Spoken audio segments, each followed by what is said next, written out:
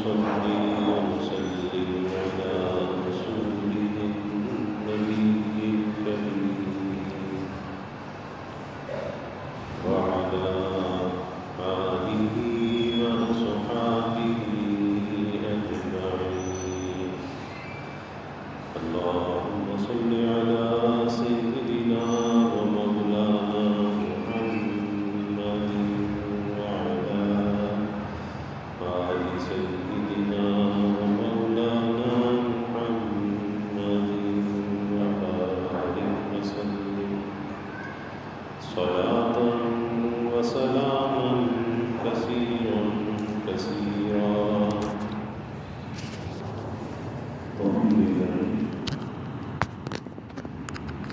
صلی اللہ علیہ وسلم کا درس چل رہا ہے،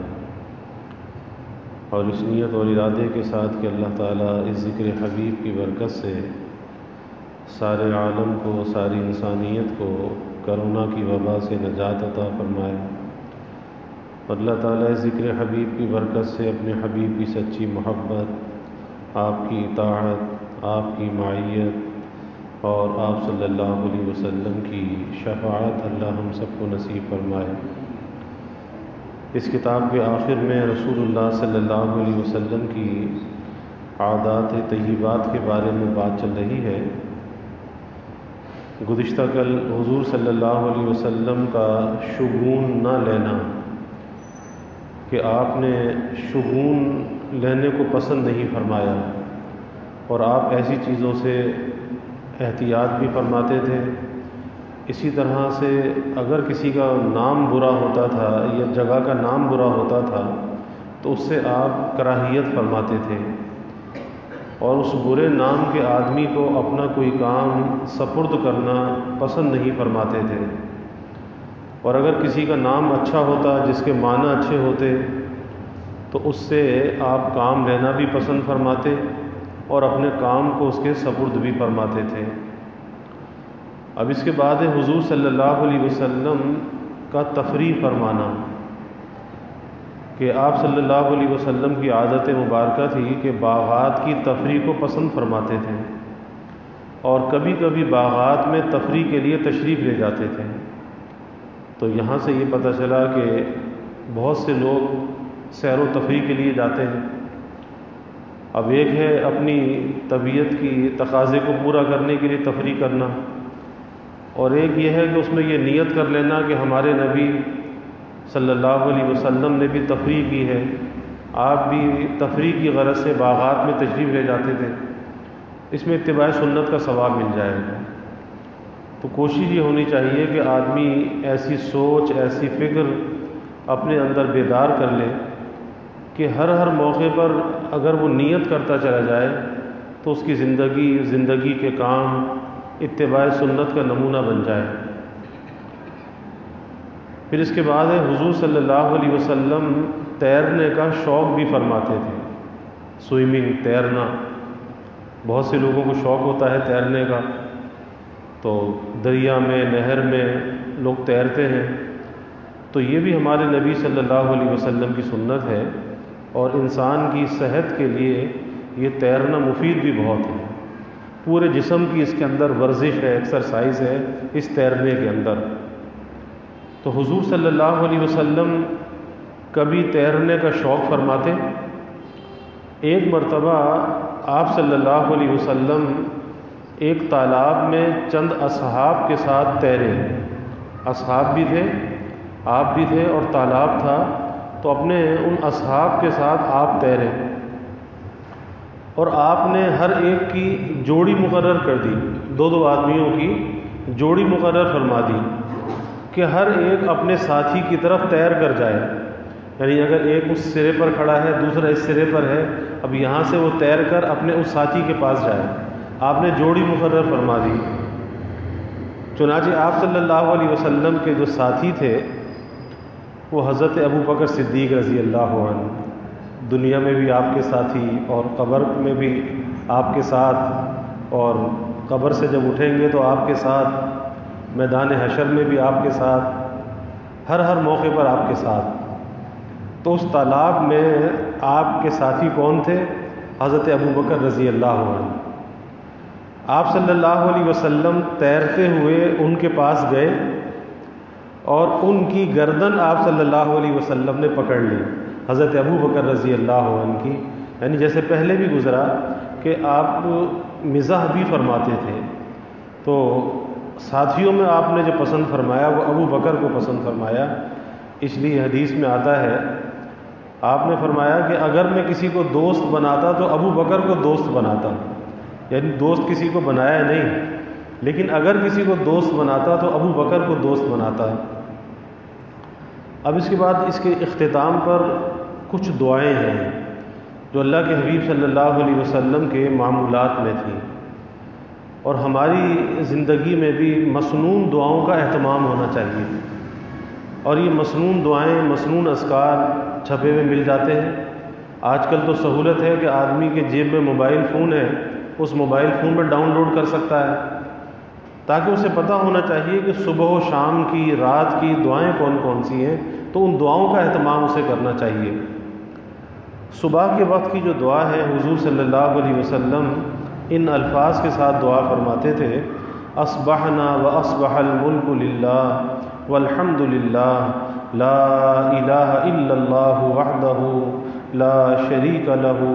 لہ الملک ولہ الحمد وہو علی کل شیء قدیر۔ رب اسألک خیر ما فی ھذا اليوم وخیر ما بعدہ واعوذ بک من شر ما فی ھذا اليوم وشر ما بعدہ رب اعوذ بک من الکسل وسوء الکبر رب اعوذ بک من عذاب فی النار وعذاب فی القبر۔ یعنی آپ نے اس دن کی خیر کا بھی اللہ سے سوال کیا، اس دن کے شر سے بھی آپ نے پناہ مانگی، اور سستی سے، کسل سے آپ نے اللہ کی پناہ مانگی، اور تکبر کی، کبر کی، بڑائی سے آپ نے اللہ تعالیٰ کی پناہ مانگی، اور عذاب نار سے اللہ کی پناہ مانگی، دوزخ کے عذاب سے اور قبر کے عذاب سے آپ نے اللہ کی پناہ مانگی۔ لیکن ان چیزوں کی سوال کرنے سے پہلے آپ نے اللہ کی حمد کو بیان کیا، اللہ کی تعریف کو بیان کیا، لا الہ الا اللہ وحدہ لا شریک لہ لہ الملک ولہ الحمد وہو علی کل شیء قدیر۔ تو جب آدمی دعا کرے تو دعا میں پہلے اس چیز کا اہتمام کرے، اللہ تعالیٰ کی حمد و ثنا کو بیان کرے، اللہ کی پاکی کو بیان کرے، پھر اس کے بعد اپنا کوئی سوال، اپنی حاجت اللہ کے سامنے پیش کرے۔ اور اگر شام ہوتی تو اللہ کے حبیب صلی اللہ علیہ وسلم اصبحنا و اصبحا کی جگہ امسینا و امسا فرماتے، یعنی شام کے لیے بس صرف دو الفاظ کو تبدیل فرماتے اور باقی دعا وہی ہوتی جو اوپر پڑھی گئی۔ پھر طلوع آفتاب کے وقت رسول اللہ صلی اللہ علیہ وسلم یہ دعا فرماتے، الحمد للہ الذی وہبنا ھذا اليوم واقالنا فیہ عثراتنا ولم يعذبنا بالنار۔ اور جب گھر سے آپ صلی اللہ علیہ وسلم نکلتے، اس وقت آپ صلی اللہ علیہ وسلم یہ فرماتے، بسم اللہ توکلت علی اللہ۔ اور اس کا معمول ہونا چاہیے کہ جب آدمی ان کلمات کے ساتھ گھر سے نکلتا ہے تو حدیث میں آتا ہے کہ وہ اللہ تعالیٰ کی حفاظت میں آ جاتا ہے۔ وہ کہتا ہے بسم اللہ، اللہ کے نام سے شروع کرتا ہوں، توکلت علی اللہ، اور اللہ پر بھروسہ کر کے میں نکلتا ہوں۔ تو جس نے اللہ پر بھروسہ کر لیا، پھر اللہ اس کی امید کو ضائع نہیں کرتا، اس کے بھروسے کو اللہ توڑتا نہیں۔ تو آپ فرماتے بسم اللہ توکلت علی اللہ، اللہم انی اعوذ بک من ان نذل او نذل او نغل او نظلم او یظلم علینا او نجہل او یجہل علینا۔ اور یہ بھی عجیب دعا ہے کہ جہاں پر اللہ کے بھروسے پر باہر نکلے۔ اب جب آدمی باہر نکلتا ہے تو باہر اچھی باتوں کے ساتھ کوئی بری باتیں بھی پیش آ سکتی ہیں، خطرات ہیں، خدشات ہیں، وہ لگے ہوئے ہیں۔ تو آپ اللہ کے دربار میں یہ دعا فرما رہے ہیں، یا اللہ باہر نکلنے کے بعد نہ میں بہکوں، نہ میں کسی پہ ظلم کروں، نہ کوئی مجھ پہ ظلم کرے، نہ میں کسی سے جہالت سے پیش آؤں، نہ کوئی مجھ سے جہالت سے پیش آئے۔ اب ان ساری چیزوں سے آپ اللہ کی پناہ مانگ رہے ہیں، اور باہر نکل کر کوئی نہ کوئی ایسی بات پیش آ جاتی ہے کہ جس میں یا تو کوئی گمراہی کا، گناہ کا کام آدمی کر لیتا ہے، یا جذبات میں کسی پہ ظلم کر بیٹھتا ہے، یا کوئی اس پہ ظلم کر بیٹھتا ہے، یا یہ کسی سے جہالت سے پیش آتا ہے، یا کوئی اس سے جہالت سے پیش آتا ہے، تو ان ساری باتوں سے جو باہر پیش آ سکتی ہیں آپ صلی اللہ علیہ وسلم نے اللہ سے پناہ مانگی ہے۔ پھر جب آپ بازار تشریف لے جاتے تو ارشاد فرماتے بسم اللہ اللہم انی اسألک خیر ھذا السوق وخیر ما فیہا واعوذ بک من شرھا وشر ما فیہا، کہ شروع اللہ کے نام سے کہ یا اللہ اس بازار میں جو خیر ہے اس خیر کا اللہ سے سوال فرما رہے ہیں، اور اس بازار میں جو شر ہے اس شر سے اللہ تعالیٰ کی پناہ مانگ رہے ہیں۔ اور حدیث میں بھی آتا ہے کہ آپ صلی اللہ علیہ وسلم نے فرمایا کہ دنیا میں سب سے بہترین جگہیں مساجد ہیں اور دنیا میں سب سے بدترین جگہیں بازار ہیں۔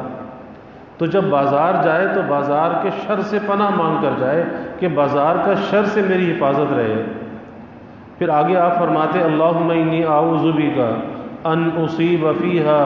یمنا فاجرا او صفقتا خاسرتا، یہ آپ پوری دعا فرماتے۔ پھر جب ہوا تیز چلتی، یعنی کوئی موقع ایسا نہیں ہے جس میں آپ صلی اللہ علیہ وسلم نے اللہ کی بارگاہ میں دعا نہ کی ہو۔ اس سے پتہ چلتا ہے کہ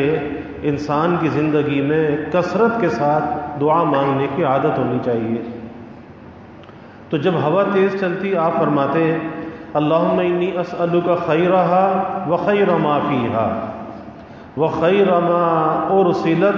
بہ واعوذ بک من شرھا وشر ما فیہا وشر ما ارسلت بہ۔ اس میں بھی وہی ہے کہ اس ہوا کے اندر جو خیر ہے اس خیر کا اللہ سے سوال کیا، اور اگر اس میں کوئی شر ہے تو یا اللہ اس سے میں آپ کی پناہ چاہتا ہوں۔ پھر جب بادل گرجتے تو حضور صلی اللہ علیہ وسلم اللہ تعالیٰ سے دعا فرماتے اللہم لا تقتلنا بغضبک ولا تہلکنا بعذابک وعاقنا قبل ذلک۔ اور یہ آتا ہے کہ بہت سی جگہیں ایسی ہوتی ہیں کہ جہاں پر کچھ اللہ تعالیٰ کی عذاب کی نشانیاں ہوتی ہیں، بعضی بستیاں ایسی ہوتی ہیں کہ جن بستیوں پر اللہ کا عذاب آیا وہ زمین میں دھس گئیں، تو ایسی جگہوں سے جب آدمی گزرے یا کوئی خطرہ اور خدشہ لگا ہوا ہو تو پھر اللہ تعالیٰ سے پناہ مانگے کہ یا اللہ مجھے آپ اپنے غصے سے ہلاک نہ فرمانا،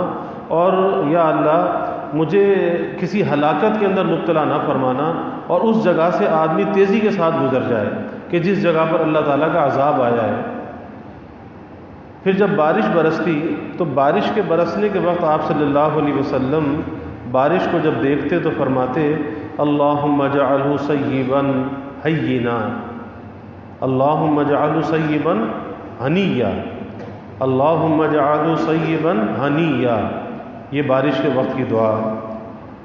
اور جب آپ صلی اللہ علیہ وسلم آسمان کی طرف نظر اٹھاتے، آسمان کی طرف، تو بہت عجیب دعا ہے، آپ اللہ کی بارگاہ میں دعا فرماتے یا مصرف القلوب ثبت قلبی علی طاعتک، یا مصرف القلوب صرف قلبی علی طاعتک، کہ دلوں کا پھیرنا یہ تو اللہ کے اختیار میں ہے۔ دل کس کے قبضے قدرت میں ہے؟ اللہ کے قبضے قدرت میں ہے۔ تو اللہ تعالیٰ سے اس بات کا سوال فرما رہے ہیں کہ ثبت قلبی علی طاعتک، کہ ہمارے دل کو یا اللہ تو نیکی پر جما دے۔ تو نیکی پر جمنے کا اللہ تعالیٰ سے سوال فرما رہے ہیں۔ اور جب کوئی خوف کا موقع ہوتا یا کسی قوم سے آپ خوف زدہ ہوتے تو اس وقت اللہ کی بارگاہ میں اس طرح رجوع فرماتے اللہم انا نجعلک فی نحورہم ونعوذ بک من شرورہم۔ اور آج بھی اس دعا کے اندر بڑی تاثیر ہے کہ جب آدمی کو کسی بات کا خطرہ ہو، خدشہ ہو، یا کسی سے نقصان پہنچنے کا اندیشہ ہو، کوئی اس کے پیچھے نقصان پہنچانا چاہتا ہو، تو اس دعا کا آدمی ورد شروع کر دے اللہم انا نجعلک فی نحورہم ونعوذ بک من شرورہم، پھر اللہ تعالیٰ دشمن کے شر سے اس کی حفاظت فرماتا ہے۔ اور جب کوئی مشکل کام درپیش ہوتا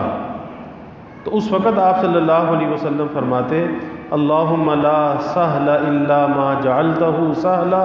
وانت تجعل الحزن سہلا اذا شئت، یعنی اس کام کی آسانی کا اللہ کی بارگاہ میں سوال کرتے ہیں۔ اور اگر عربی کی دعا انسان کو یاد نہیں ہے، اس کا مفہوم ذہن کے اندر رکھے، اور جہاں جہاں جو بات پیش آئے اپنی زبان میں اللہ تعالیٰ سے مانگتا چلا جائے، لیکن اللہ سے مانگنے کی عادت ہونی چاہیے۔ پھر جب جمعے کا دن ہوتا تو جب مسجد میں آپ داخل ہوتے تو دروازہ پکڑ کر فرماتے اللہم اجعلنی اوجہ من توجہ الیک واقرب من تقرب الیک وافضل من سألک ورغب الیک، اللہم اجعلنی اوجہ من توجہ الیک واقرب من تقرب الیک وافضل من سألک ورغب الیک۔ اور نظر بد کے دور کرنے کی دعا، کہ جیسے بچوں کو نظر لگ جاتی ہے تو اس نظر بد کے اثرات، وہ نظر شیطانی بھی ہوتی ہے، وہ انسانی بھی ہوتی ہے، تو اس کے اثرات سے بچانے کے لیے آپ صلی اللہ علیہ وسلم یہ دعا ارشاد فرماتے اعیذکم بکلمات اللہ التامۃ من کل شیطان وہامۃ من کل عین لامہ۔ یہ نظر کو اتارنے کی بڑی پرتاثیر یہ دعا ہے کہ اگر 3 مرتبہ یہ دعا پڑھ کے بچے پر دم کر دیا جائے تو اس کی جو نظر کا اثر ہے وہ ختم ہو جاتا ہے۔ اعیذکم بکلمات اللہ التامہ من کل شیطان وہامہ ومن کل عین لامہ۔ اور جب چاند دیکھتے آپ صلی اللہ علیہ وسلم، چاند کی پہلی رات کا چاند جب دیکھتے تو فرماتے اللہم اہلہ بالیمن والایمان والسلامۃ والاسلام والتوفیق لما تحب وترضی ربی وربک اللہ۔ اور جب آپ صلی اللہ علیہ وسلم کوئی بری خبر سنتے، انسان نے زندگی کے اندر خوشخبری بھی ملتی ہے اور کبھی کوئی صدمے کی بری خبر بھی ملتی ہے، تو جب بری خبر آپ کو کوئی سننے میں آتی تو آپ فرماتے الحمدللہ علی کل حال، الحمدللہ علی کل حال، یعنی تمام تعریفیں اللہ کے لیے ہیں کہ بس جس حال میں اس نے رکھا ہم اس پہ راضی ہیں۔ تو جب اللہ کی طرف سے کوئی تکلیف، کوئی من جانب اللہ کوئی بات پیش آئے اور وہ ناگواری کی بات ہو یا کوئی بری خبر سننے میں آئے تو الحمدللہ علی کل حال، کہ اللہ کا شکر ہے جس حال میں اللہ نے رکھا۔ اور اسی طرح جب آپ صلی اللہ علیہ وسلم کوئی خوشخبری سنتے تو فرماتے الحمدللہ الذی بنعمتہ تتم الصالحات، الحمدللہ الذی بنعمتہ تتم الصالحات۔ اور اسی پر ہماری اس کتاب کا اختتام بھی ہے کہ اس اللہ کے شکر کے ساتھ کہ اللہ نے آج اس کتاب کے درس کی تکمیل فرمائی، تو جو کچھ ہم نے سنا اور جو کچھ پڑھا، اللہ سے دعا ہے کہ اللہ ہمیں اس پہ عمل کی توفیق عطا فرمائے اور اس کی برکات کو اللہ ہماری زندگیوں میں شامل فرمائے اور اپنے نبی کی سچی غلامی اللہ ہمیں نصیب فرمائے۔ وآخر دعوانا الحمدللہ رب العالمین، الحمدللہ رب العالمین والعاقبۃ للمتقین والصلاة والسلام علی اشرف الانبیاء والمرسلین، اللہم صل علی سیدنا و مولانا محمد وعلی آل سیدنا و مولانا محمد وبارک وسلم۔ ربنا آتنا فی الدنیا حسنہ وفی الآخرۃ حسنہ وقنا عذاب النار، ربنا اتمم لنا نورنا واغفر لنا انک علی کل شیء قدیر۔ اللہم اعنا علی ذکرک و شکرک و حسن عبادتک، اللہم وفقنا لما تحب وترضی من القول والعمل والفعل والنیت والہدى انک علی کل شیء قدیر۔ اللہم ارزقنا حبک وحب حبیبک صلی اللہ علیہ وسلم، اللہم ارزقنا شہادة فی سبیلک واجعل موتنا ببلد رسولک، یا اللہ یا رحمن یا رحیم یا کریم یا ارحم الراحمین یا اکرم الاکرمین۔ یا اللہ ہمارے گناہوں کو معاف فرما، یا اللہ ہماری خطایا سے درگزر فرما، یا اللہ اپنی محبت معرفت عطا فرما، اپنی رضا والی زندگی یا اللہ نصیب فرما، اپنے رضا والے کاموں کی یا اللہ توفیق عطا فرما، اپنی مرضیات پہ چلنا یا اللہ آسان فرما، نامرضیات سے یا اللہ ہماری حفاظت فرما، یا اللہ ذکر حبیب کی کامل برکات ہمیں نصیب فرما، ذکر حبیب کے انوار سے ہمارے قلوب کو منور فرما، یا اللہ یہ شمائل کا یا اللہ یہ ذکر ہوا، یا اللہ ان شمائل کو ہمیں اپنانے کی توفیق عطا فرما، آپ کے طریقے یا اللہ بابرکت طریقے، اے اللہ اس پر ہمیں سچائی کے ساتھ عمل کی توفیق عطا فرما، یا اللہ آپ کے طریقوں کی عظمت محبت یا اللہ ہمارے قلوب میں پیدا فرما، یا اللہ صحابہ کی، خلفائے راشدین کی، اہل بیت کی محبت اور عظمت ہمارے دلوں میں پیدا فرما، ان کے نقش قدم پر یا اللہ ہمیں چلنے والا بنا، اپنے نبی کے ساتھ ہمیں وفا کا تعلق نصیب فرما، آپ کی غلامی میں یا اللہ جینے اور مرنے کی توفیق عطا فرما، یا اللہ ختم نبوت کا ہمیں ادنا سا سپاہی بنا، اور ناموس رسالت کا، ناموس صحابہ کا یا اللہ ہمیں محافظ بنا، یا اللہ ذکر حبیب کی برکت سے سارے عالم کو، ساری انسانیت کو اس کرونا کی وبا سے نجات عطا فرما، یا اللہ ہم کمزور ہیں، ضعیف ہیں، ہر قسم کے ابتلا سے، آزمائش سے، ناگہانی آفات و بلیات سے یا اللہ تیری پناہ چاہتے ہیں، اے اللہ تو اس وبا سے نجات عطا فرما، سب کی مشکلات کو دور فرما، پریشانیوں کو دور فرما، شفا کو یا اللہ نازل فرما، شفا کی ہوائیں چلا، سب کے دلوں کے نیک ارادوں کو، تمناؤں کو یا اللہ از غیب پورا فرما، سب کی حاجات کو یا اللہ پورا فرما، سب کی پریشانیوں کو یا اللہ دور فرما، بیماریوں سے یا اللہ حفاظت فرما، ہر ناگہانی بلا اور مصیبت سے یا اللہ حفاظت فرما،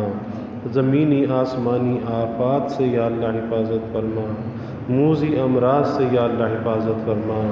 یا اللہ سب کے علم میں، عمل میں، رزق میں خوب خیر و برکت فرما، ابواب رزق یا اللہ کشادہ فرما، رزق حلال عطا فرما،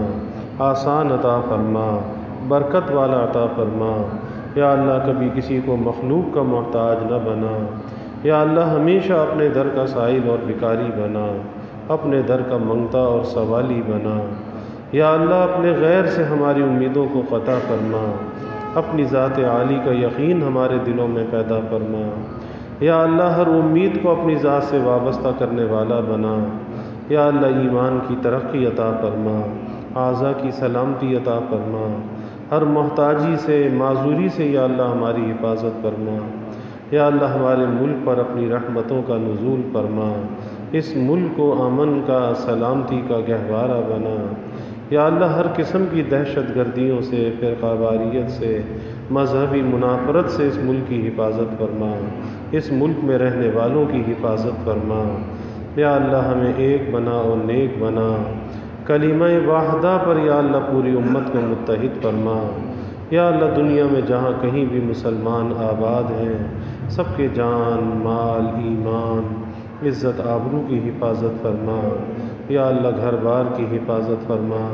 اولاد کی حفاظت فرما، یا اللہ جتنے بھی حاضرین ہیں، سامعین ہیں، سب کے گھروں میں چین، سکون، عافیت، راحت عطا فرما، یا اللہ نعمتوں کی فراوانی عطا فرما،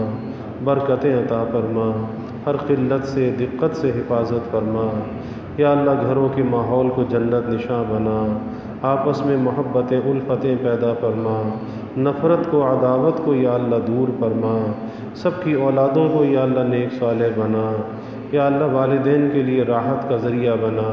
صدقہ جاریہ بنا، یا اللہ اولاد کا مستقبل تابناک بنا، ہر آزمائش سے یا اللہ حفاظت فرما، یا اللہ والدین کو اولاد کی خوشیاں دیکھنا نصیب فرما، والدین کی آنکھوں کو ٹھنڈک اور راحت عطا فرما، یا اللہ جو ہم نے مانگا وہ بھی عطا فرما، جو نہ مانگ سکے وہ بھی عطا فرما، ہمیشہ اپنے سے مانگنے والا بنا، ہمیشہ ہماری دعاؤں کو قبول فرما، یا اللہ اپنی رحمتوں کا، برکتوں کا، راحتوں کا نزول فرما، زحمتوں کو دور فرما، یا اللہ ہمیں عافیت دارین عطا فرما، ربنا تقبل منا إنك أنت السميع العليم وتب علينا إنك أنت التواب الرحيم وجزى الله عنا محمدا